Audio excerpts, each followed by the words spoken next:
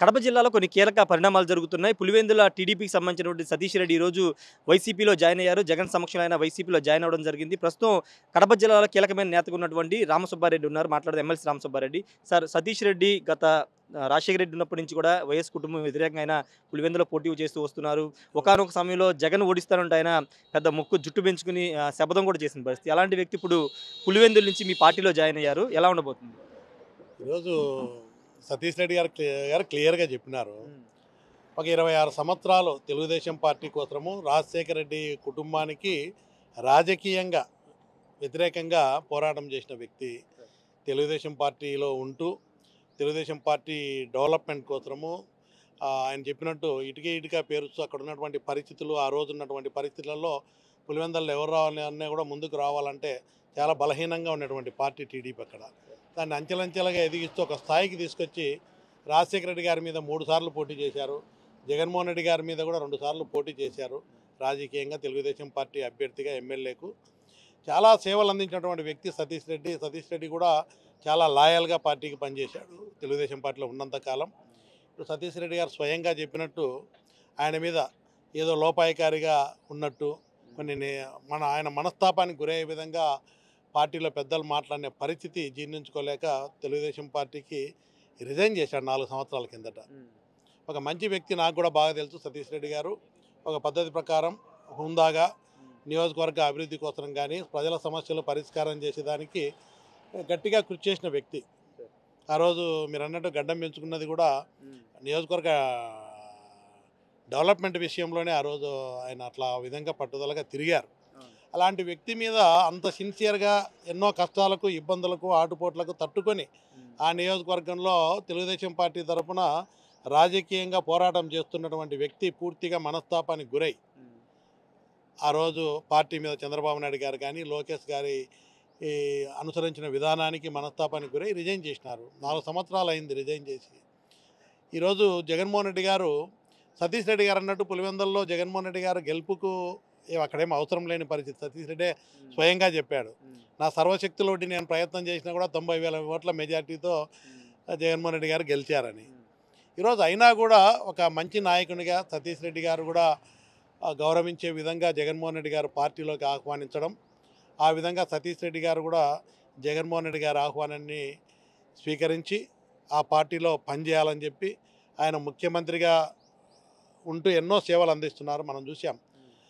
ఈరోజు పేదవాడికి అండగా ఉంటూ సంక్షేమ పథకాలు కానీ, అదేవిధంగా ఎడ్యుకేషన్ విషయం కానీ, హెల్త్ విషయంలో కానీ, అదేవిధంగా ఒక మంచి సుపరిపాలన అందిస్తూ పేదవాడికి పరిపాలన దగ్గరగా వారి అవసరాలు గుర్తించి ఎలిజిబిలిటీ ఉంటే ఏదైనా కూడా ఏ అర్హత ఉన్నా కూడా కులాలకు, మతాలకు, పార్టీలకు అతీతంగా చేస్తున్న పరిపాలన, సుపరిపాలన చేస్తున్నటువంటి విధానానికి ఆకర్షితులై ఆయన కూడా ఈ పార్టీలో వైఎస్ జగన్మోహన్ రెడ్డి గారి నాయకత్వంలో పనిచేసి ప్రజలకు సేవ చేయొచ్చు అనే ఆలోచనతో వచ్చినాడు.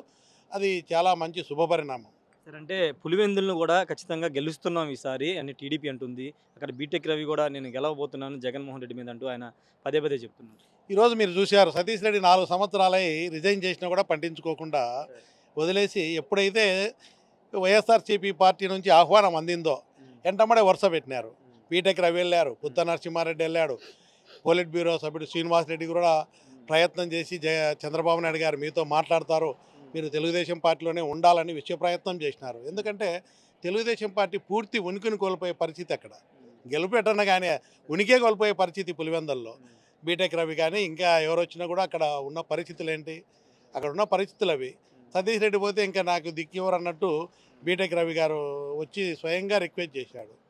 అంటే పూర్తిగా తెలుగుదేశం పార్టీ ఉనికే కోల్పోతుంది, అక్కడ గెలుపు కాదు, ఉనికే లేని పరిస్థితిలో ఉంది. ఈరోజు సతీష్ రెడ్డి గారు కూడా మనస్ఫూర్తిగా చెప్తున్నారు, జగన్మోహన్ రెడ్డి గారు కలిసిన తర్వాత ఆయన ఆహ్వానించిన విధానం కానీ హక్కున చేర్చుకున్న విధానం నేను మర్చిపోలేను.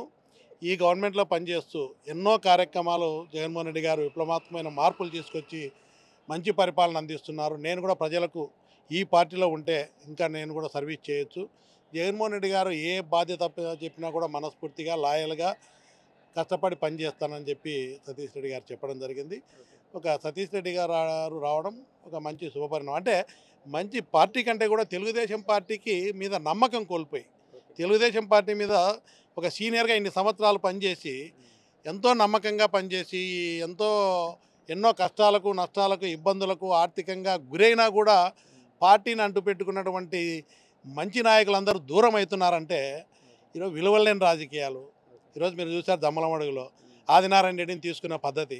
మా కుటుంబం కూడా పూర్తిగా పార్టీ ఆవిర్భావం నుంచి మేము పార్టీలో ఉంటూ మా చిన్నాన్న శివారెడ్డి గారు జిల్లాలో పార్టీ కోసం ఎంతో కృషి చేశారు. మంత్రిగా, జిల్లా అధ్యక్షునిగా ఎన్నో చేశారు. ఎన్నో త్యాగంగా పనిచేసిన కుటుంబం మాది కూడా.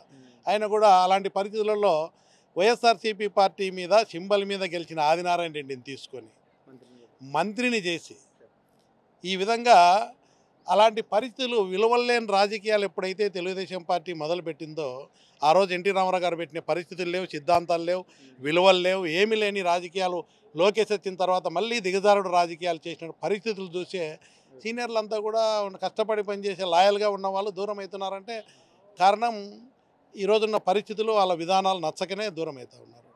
ఇంకొక ముఖ్యమైన ప్రశ్న, నిన్న ఇంతియాజ్ని కర్నూలుకి సంబంధించి అనౌన్స్ చేయబోతున్నారు. అక్కడ ఎలా ఉండబోతుంది? మీరు అధ్యక్షులుగా ఉన్నారు, ఆ జిల్లాకి రీజనల్ కోఆర్డినేటర్గా ఉన్నారు. ఇంతియాజ్ గెలిపే విధంగా ఉంటుంది. హఫీజ్ ఖాన్ సహకరించే అవకాశం ఉంటుందా? డెఫినెట్గా హఫీజ్ ఖాన్ గారి మీద ముఖ్యమంత్రి గారికి కూడా చాలా గౌరవం ఉంది, చాలా లాయల్గా ఉంటారు. ఒక నమ్మకం కూడా హఫీజ్ ఖాన్ గారి మీద ముఖ్యమంత్రి గారికి ఉంది. దాంట్లో ఏమాత్రం కూడా అనుమానం లేదు. హఫీజ్ ఖాన్ గారిని ఒప్పించే ఇంకా అంతకంటే ఉన్నతమైన స్థానంలో నీకు సేవలు ఉపయోగించుకుంటాము, అవకాశాలు కల్పిస్తాను. అక్కడ ఉన్న పరిస్థితులలో ఇంతియాజ్ గారిని తీసుకొచ్చి వాళ్ళ మామ ఇస్మాయిల్ డాక్టర్ గారు ₹2 డాక్టర్గా చాలా పేరున్నటువంటి వ్యక్తి. చాలా పేదవాళ్ళ కోసం అహర్నిశలు ఆయన వైద్య వృత్తిలో సేవలు అందించి మంచి పేరు ప్రతిష్టలు ఉన్నటువంటి వ్యక్తి ఇస్మాయిల్ గారు. ఆయనకు స్వయంగా అల్లుడు. ఈయన కూడా కర్నూలు జిల్లా వాసే. ఎవరు మన ఇంతియాజ్ గారు కూడా. కాబట్టి ఎస్వి మోహన్ రెడ్డి గారు, అదేవిధంగా హఫీజ్ ఖాన్ గారు కానీ అందరూ కూడా కలిసికట్టుగా పనిచేస్తామని అందరూ సమ్మతి మీదనే ఆ నిర్ణయం తీసుకోవడం జరిగింది. దాంట్లో ఖచ్చితంగా హఫీజ్ ఖాన్ పనిచేస్తారు, మన ఎస్వి మోహన్ రెడ్డి గారు పనిచేస్తారు, అహ్మద్ అలీ ఖాన్ గారు పనిచేస్తారు. ఇంకా పార్టీలో ముఖ్యమైనటువంటి నాయకులు చాలామంది ఉన్నారు. నియోజకవర్గ స్థాయిలో ఉన్నటువంటి నాయకత్వం అంతా కూడా మనస్ఫూర్తిగా అంగీకరిస్తున్నారు. దాంట్లో ఏమాత్రం లేదు. కర్నూలులో కూడా గతంలో 14 సీట్లు ఏ విధంగా గెలిచినామో కర్నూలులో కూడా మంచి మెజార్టీతో తప్పకుండా ప్రజలు గెలిపిస్తారు. ఇంతియాజ్ గారు కూడా చాలా మంచి వ్యక్తి. ప్రభుత్వ పరంగా ఇస్మాయిల్ గారికి చనిపోయారు. ఆయన ఇస్మాయిల్ గారికి టీజీ వర్గం అని ఒక ముద్ర ఉంది అక్కడ. ఆ ముద్ర ఎలా చెరిపోవాలి?